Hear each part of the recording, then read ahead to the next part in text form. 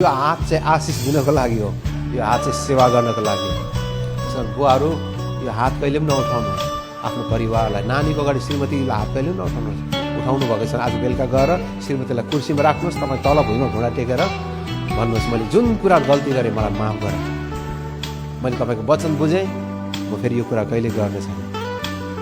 अनि तपाईँको नानीले जब त्यो देख्छ तपाईँप्रतिको आदर बढेर जान्छ।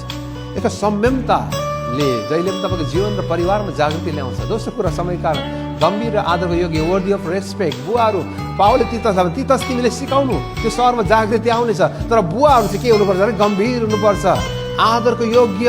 बाउ हावादारी कुरा गर्दै नहिँड्नुहोस् बुवाहरू। मेरो बाउ त उसो टुङ्गै छैन, मेरो बाउ त फिस भएको छ।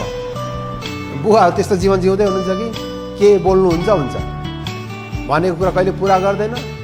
छोराले केही माग्यो अहिले लात्ताले दिन्छु पो, अहिले भेट्छस् नि, त्यस्तो कुरा गर्नु। तपाईँ सधैँ घरमा त्यस्तो भाषा चलाउनुहुन्छ भने तपाईँ आफ्नो परिवारप्रति गम्भीर हुनुहुन्न, आफ्नो परिवारप्रति तपाईँ आदरको योग्य जीवन जिउनु भएको छैन। यसको नानीको अगाडि तपाईँहरूमा आदरको योग्य जिउनुपर्छ। हाम्रो समाजको अगाडि आदरको योग्य जीवन जिउनुहोस्। नानीलाई आदर गर्नुहोस्, श्रीमतीलाई आदर गर्नुहोस्।